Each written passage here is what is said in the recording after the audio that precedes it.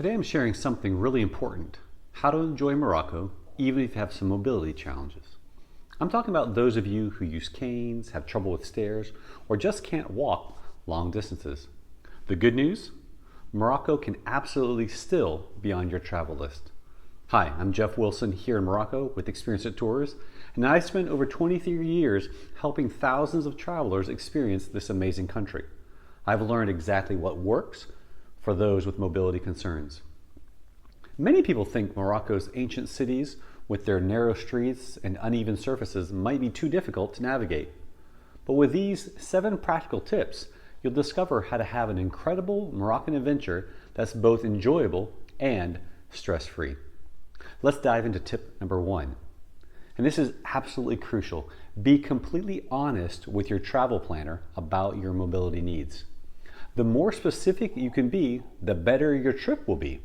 Tell them exactly how far you can walk comfortably, whether you use a cane, if you can handle stairs, and when you need rest breaks. This isn't being difficult, it's ensuring you're actually going to have a great trip. One of our clients, Margaret from Boston, was hesitant to mention her arthritis at first, but when she explained that she uses a cane and struggles with stairs, we completely redesigned her itinerary with ground floor rooms and activities that matched her pace. It made all the difference in her experience.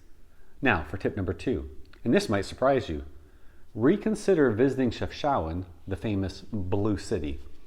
While those blue streets look amazing on Instagram, the entire city is built on a steep mountainside with virtually no flat streets. For travelers with significant mobility issues, we often recommend either skipping it entirely or planning a modified visit where you can see the Blue City from more accessible viewpoints. Remember, Morocco offers countless other beautiful experiences that don't require climbing endless stairs. Tip number 3 is about where you stay. Book riads with ground floor rooms or elevators. Traditional Moroccan riads are beautiful, but they typically have rooms arranged around a central courtyard on multiple floors, often with narrow, steep staircases. When booking, specifically request ground floor rooms or look for modern riads with elevators. Some properties like Riyad Fez or Riyad Dar Lora offer these amenities while still providing an authentic experience. For tip number 4, stay near the edge of the medinas for easier access. Morocco's ancient medinas are pedestrian-only zones where vehicles can't enter. This creates a charming atmosphere, but can be challenging if you can't walk long distances. Book accommodations within 50 to 100 meters of the medina entrances and confirm the exact walking distance from the nearest vehicle drop-off to your riad door. In cities like Fez, staying near Bab Jaloud, the Blue Gate, can significantly reduce walking distance while still providing an authentic experience that you're looking for. Tip number 5. This one is really important. Set realistic expectations about certain sites. Some of Morocco's most famous attractions have inherent accessibility challenges. For example, the Roman ruins at Volubilis feature uneven terrain with few places to rest. The Sahara Desert involves walking on soft sand, which is particularly challenging with mobility devices. Instead of pushing yourself too hard, consider alternatives, like enjoying sunset views of the Sahara from a comfortable desert camp on the edge of the dunes rather than trying to trek over the deep sand in the dunes. For tip number 6, plan your walking tours wisely. Communicate clearly with your guide about your walking pace and limitations. Request frequent breaks built into your itineraries. Focus on quality over quantity when selecting sites to visit. And consider using a portable folding stool. Some guides can provide these. One of our clients, David from Melbourne, shared that his guide in Fez created what he called the Highlights Express tour.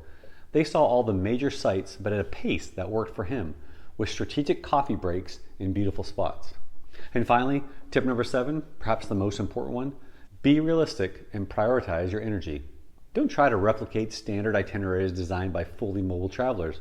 Build rest days into your schedule after travel days. Consider longer trip at a slower pace rather than rushing through the attractions. And prioritize your must-see experiences, being willing to skip secondary attractions.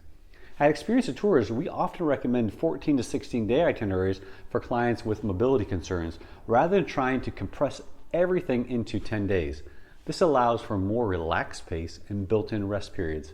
Morocco's rich culture, stunning landscapes, and warm hospitality are accessible to travelers of all abilities with the right planning and support. Don't let mobility concerns keep you from experiencing this amazing country.